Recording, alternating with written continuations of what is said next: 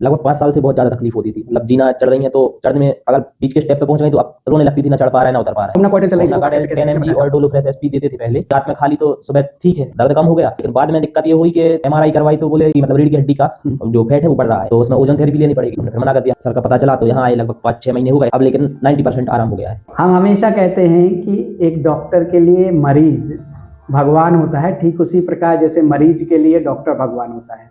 मरीज हमारे लिए भगवान क्यों है? क्योंकि उसके चेहरे पर जो मुस्कुराहट आती है, जो संतोष का भाव आता है, वो भाव हमें ऊर्जा देता है और बेहतर करने के लिए। तो हम बेहतर कर पा रहे हैं अपने मरीजों के कारण। हमारे साथ है मथुराबाई विश्वकर्मा, जो सागर के पास बंडा से आती हैं।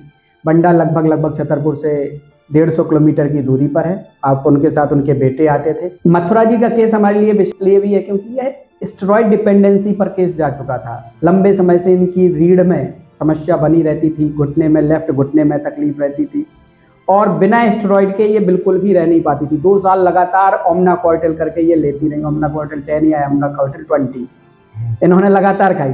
तो हमारे लिए चैलेंज था कि हमें उससे डिपेंडेंसी इनकी हटाना है। डिपेंडेंसी हटाने के साथ ओमना कॉर्टेल भी बंद हुई इनकी। कोई पेन किलर इनको एलोपैथी की लेने की जरूरत नहीं पड़ी। 5 महीने के सफर में ये लगभग 80 to 90% लगभग रिकवर है। अब हम दवा इनकी 2 महीने से माइनस कर रहे हैं और अब इनकी दवा हम 2 महीने के लिए शिफ्ट कर रहे हैं। 1 महीने की जो चलती थी 2 महीने के लिए शिफ्ट करके देख रहे हैं। क्या कैसी इनकी यात्रा थी, क्या कैसी तकलीफ थी, भैया हैं बताएंगे और माता जी भी बताएंगे। सर पहले लगभग 5 साल से बहुत ज़्यादा तकलीफ होती थी। मतलब जीना चढ़ रही हैं तो चढ़ने में अगर बीच के स्टेप पे पहुंच गई तो अब रोने लगती थी, ना चढ़ पा रहा है ना उतर पा रहा है, ये कंडीशन हो गई थी। इसके बाद नागपुर गए, इंदौर, भोपाल सब जगह दिखाया। फिर उसके बाद सर का पता चला तो यहाँ आए, लगभग 5-6 महीने हो गए हैं अब, लेकिन 90% आराम हो गया है। और जो ओमना कॉर्टेल चल रही थी ओमना वो कॉर्टेल 10 mg और डोलो फ्रेश एसपी देते थे पहले। तो वो ऐसा कि रात में खा ली तो सुबह ठीक है, दर्द कम हो गया तो चलता रहा। लेकिन बाद में दिक्कत ये हुई कि एमआरआई करवाई तो बोले आपकी मतलब रीढ़ की हड्डी का जो फैट है वो बढ़ रहा है, तो उसमें ओजोन थेरेपी लेनी पड़ेगी। हमने फिर मना कर दिया। हमने कहा नहीं, पहले ले चुके थे लेकिन आराम नहीं लगा था उसमें। उसके बाद आपका पता चला तो आपके यहाँ आए। आपके यहाँ कंटिन्यू इलाज किया, दवाई टाइम से ली, परहेज किया, तो अब रिजल्ट अपने सामने है। तो रिजल्ट हमारे सामने है। हम अम्मा से पूछना चाहेंगे, अम्मा कैसा महसूस कर रही? बहुत अच्छा।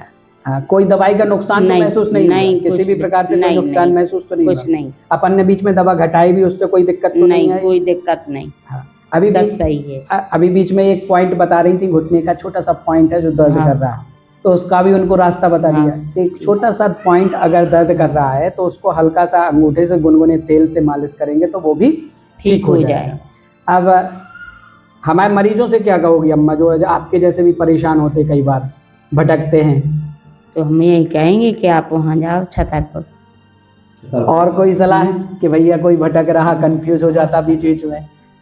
आप इलाज पूरा करवाओ। उसमें क्या होता है, इलाज जब तक आप पूरा समय नहीं देंगे डॉक्टर को तब तक वो अपना काम नहीं कर सकते हैं।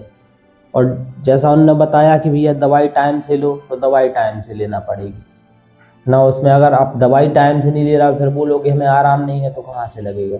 बिल्कुल यही हम उम्मीद करते हैं आप सभी से कि आप दवाएं नियमित लें, समय से लें। तो जैसे हमारी मथुराबाई जी को आराम मिला, माता जी को, वैसे ही आपको भी मिलेगा। नमस्कार।